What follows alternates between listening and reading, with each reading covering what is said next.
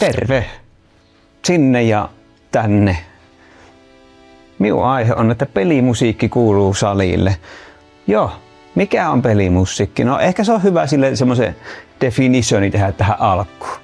No pelimusiikillahan kuvataan tämmöistä, siellä pelaat peliä, Super Mario, Skyrimia, Tetristä, Final Fantasy ja siellä soi taustalla joku musiikki.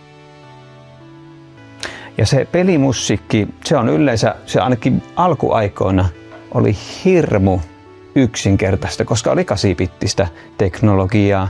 Se oli hirmu yksinkertaista, hirmu lyhyyttä, itseään toistavaa. Vähän niin kuin ne pelitkin silloin aikana. Koittiin saada semmoinen niin kuin toistuvuus ihmisen päähän. Ja siitähän se niin kuin tavallaan lähti, se koko homma. Minä tutustuin pelimusiikkiin murrosiässä. Se lähti oikeastaan elokuvamusiikin kautta.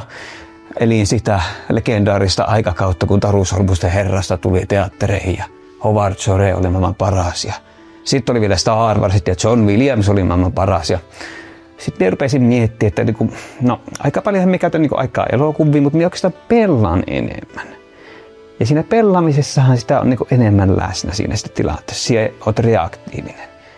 Se on kokemus, se on harrastus. Elokuvien kahtamisessa, voiko sanoa samaa? No jotkut sanoo sen harrastuksikin, mutta jos sieltä aktiivisesti participate siinä, niin no joo. Pointti on ehkä siinä, että se mielikuvien luominen, se on helpompaa. Ja sitä kautta musiikin tunne tämmöisen kuvan luominen on ehkä helpompaa, kun olet mukana tekemässä itse jotain siinä reaktiivisesti. Se oli minulle pakopaikka ja inspiraation lähde. Lapsuuteni oli vähän traaginenkin ja silloin hain pakopaikkaa jostain muualta kuin kotoa. Ja nykyään ja aina pelimusiikki on soinut siellä. Se on soinut sulla salilla, koska tämähän on minun esitykseni nimi, että se kuuluu salille ja todellakin kuuluu. Se on juostessa, vessassa käydessä.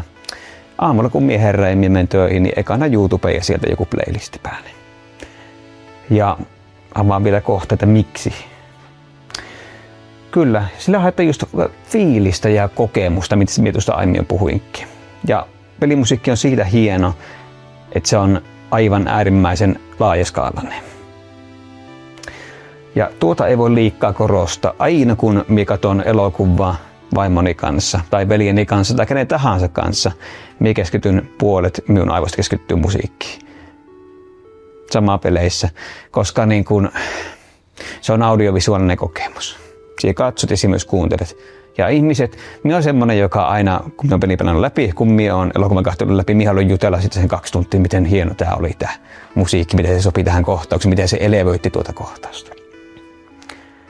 8-bittisestä sinfonia, nykyäänhän se on ihan laadultaan verrattavissa tämmöisen aitoon elokuvamusiikkiin, koska täydet tämmöiset sinfoniaorkesterit sitä soittaa. Muun muassa Joensuussa nyt oli pari viikkoa sitten täällä meidän sinfoniaorkesteri soittamassa pelimusiikkia ensimmäistä kertaa. Ja sitten muut harrastukset ja musiikki, siis kuvitelkaa vaikka, koska minä luokittelen pelaamisen harrastukseksi. Kuvitelkaa, että te pelaatte shakkia tai kuvitelkaa, että te pelaatte pyörää tai käytte lenkillä. Kuvitelkaa, jos siinä taustalla olisi joku teeman musiikki, vaikka yleensä peleissähän on joku, vaikka pelaat Super Mario, siihen heti tunnistat musiikista, mikä on Super Mario. Siihen heti yhdistät taas musiikin kautta sen tunnemaailman ja siinä näet visuaalisesti, mitä sinä teet. Mutta kuvitelkaa, jos pyörällä polkiessakin siinä olisi joku teemamusiikki. Tai vaikka shakkiin pelatessa. Mutta eihän niissä ole, mutta miten se elävöittää sitä kokemusta. Ja minä oikeastaan tätä jo vähän sivusinkin tuossa. Meidän pelimusiikki on nyt onneksi nosteessa. Meillä on Joensuun ensimmäinen pelimusiikkikonsertti nyt käyty läpi. Siellä oli talo täynnä, mikä yllätti itsekin. Ja en tiedä, olitteko paikan päällä itse asiassa? Olitko? Torstaina. Juu. Sitä ennen oli Hans Zimmerin konsertti pari viikkoa ennen. Oliko siellä? En sinne en pääse. Joo, mitä tykkäsit? Oli ihan superhieno ja kyllähän sitä ootti niitä omia lempareita. Että just se, että valittiin semmoinen konsertti, että siellä on niitä, mitä itse on pelannut. Ja sitten ootti, että tuleeko se tietty biisi tai tuleeko se tietty teema. Ja sitten kun ne tuli, niin sitten oli pihat. Joo, sitten kun tulee kylmät värit, kun miettii sitä taaksepäin. Ihan huippu. siellä tosiaan sitten olympialaisissa, en tiedä huomasitteko, Tokiossa 2020, siellä oli pelkkää alkuseremonissa, pelkkää pelimusiikkia. Mutta eikö ollut siistiä? Mietin kun itse, kun Final Fantasyn tämmönen voittoteema lähtee, sillä lähtee koko homma käyntiin, niin tällä ehkä mekin rupeaa katsomaan muutakin urheilua kuin e-urheilu. Ja Spotifyssä pitkään piti semmoista niinku muiden ihmisten tekemiä covereita kuunnella. Siellä ei ollut vielä pelimusiikille omaa kategoriaa, elokuvamusiikille oli, mutta nykyäänpä on sitten. Sitten kun oli siellä kuuntelemassa konsertissa sitä, että niitä mitä minä kuuntelin lapsena, missä minä olin silloin tilanteessa, niin ai että, kyllä siinä niin kuin kaikki vaan yhdistyi. Herkistyttävä pikkupoika. Henkinen pikkupoika. Nykyään iso mies. Ja tälle vielä highlightteina. Totta kai musiikki nyt ei voi tässä silleen käyttää, mutta laittakaa sinne tosiaan välilehille sitten jonnekin ylös. Minun ehdottomat suosikkini, ihan ensimmäinen peli ikinä minulle oli Donkey Kong Country. Se oli Super Nintendolle. Iskä osti sen minulle. Iskä myös teki sille, että se vei sen pois, koska siihen meni vähän liikaa aikaa. Ja minusta piti tulla jääkiekkoilija niin kuin iskestä. Eipä tullut. Jännä juttu. Ja Halo-sarja ja totta kai Elder Scrolls. Jeremy Soule. Aivan loistava, aivan loistava. Ja mestareita, ihan jos haluatte tutustua tarkemmin, tosiaan Jeremy Soule, hän on tehnyt muun muassa Elder Scrollseihin musiikit ja monen muuhunkin. Marty O'Donnell, hän on sitten Halo-sarjan isä. David Wise, hän on Donkey Kongista tuttu. Ja Nobuo Uematsu, Final Fantasy. Nämä on the parhaimmat. Ja tässä ehkä palataan siihen niin tavalla, mistä lähettiin. Miksi se kuuluu salille? Doomi, PFG Division. Sen kun pistätte korville ja rupeatte rauttaa nostamaan, niin jos ei sillä lähde, niin ei lähde millään muullakaan. Mutta se ei ole ainoastaan sitä. Kun minä olen huomannut, että niin minun musiikki se on hyvin rajoittunut. Jos ei siis sille vertaan, että jos ei ole pelimusiikkia, sit se on joko vaan heavy metallia tai sitten se on oikeastaan heavy metalli tai tämä. Mutta tässä pelimusiikissa se skaala on niin paljon laajempi kuin sitten siinä heavy metallissa. Niin tämä on tavallaan se kaikki muut genret mulle sitten. Ja ihan sille, että niinku ihan fiilispohjalta jokaiselle löytyy sopiva. Mutta tällainen oli minun esitykseni näköjään. Yes. Oli. Yes. Sitten avataan yleisölle vielä kysymyksiä, mahdollisuus esittää. Mulla olisi ennemminkin niinku kommentti, että näen, että musiikilla on ihan valtava voima ja nimenomaan sillähän päässä niinku ajassa just taaksepäin oli se. Ja mitäkin ihanaa, että tässä on nämä vinkit, että aion kyllä todellakin käydä kuuntelemassa, että mitä on ja varmaan tästä osaa kuulukin, että tietämättäänkin. Kyllä. Ja se on hauska, miten se pelimusiikki, siis voin sanoa, että niin kuin vaikka minun ukkinikin tunnistaa Super Mario-melodian. Se on niin tunnistettava tavallaan, just se 8-bittinen, semmoinen vanhempi. Eikä tämä nykyinen sinfoniaorkesteri niinkään, mutta se on vaan niin ihmisille sitten iskostunut sinne jostain sinne takaraivoon, että tämä on tämä. Kysymys.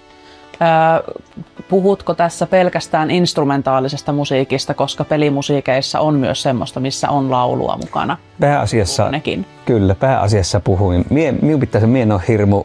Minusta se ei ehkä sovi se laulu sinne pelimusiikkiin. Minä niin paljon iskostan sen niin kuin tavallaan pelkästään instrumentteihin. Yeah. Mutta on poikkeuksiakin. Muun muassa Portalissa on hieno tulkinta Still Alive.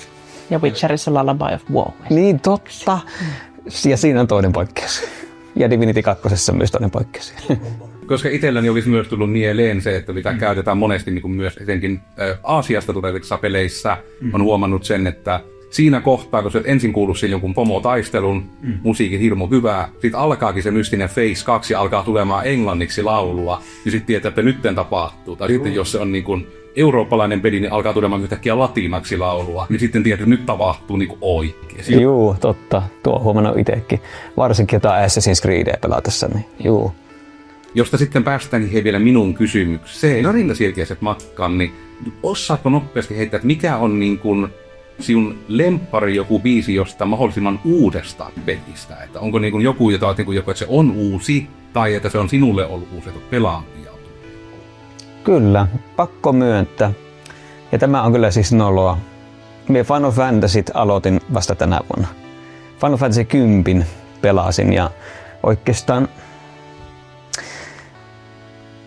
No, meneehän nyt. Tämä biisi, se on 10 tämmönen aika herkkä tulkinta. Ja tää oli meillä yksi häätanssibiisi meidän kun mentiin naimisiin Sannin kanssa pari vuotta sitten. Minä en ollut sitä yhdistänyt mihinkään, koska minä en ollut pelannut sitä, meillä sattumalta kuului se jossain Spotifyn playlistillä. Niin nyt minä sen kuuntelin sitten ihan aidosti pelissä itsessään samalla, kun siitä tapahtui jotain asioita. Niin tämä on ehkä vastaukseni. Aivan äärimmäisen hieno soundtrack koko Final Fantasyissa. No ihan mahtavaa. Nyt meidän on oman suosikukseni, jos et ole jo siihen lähtenyt, niin Expedition 3, jos tykkäät yhtään näistä, niin iäisyys. Ja siinä on myös sitä laulua ymmärtääkseni. Joo, ja etenkin siellä on tullut vastaan tämä, että nyt alettiin laulamaan latinaksi, voi ei. Okei, aivan, no niin. Loppua kohti ei ollut spoileri, koska et työ pärjää Simonita kuitenkaan. Juu. Mutta aivan mahtavaa. Kiitos paljon. Kiitos.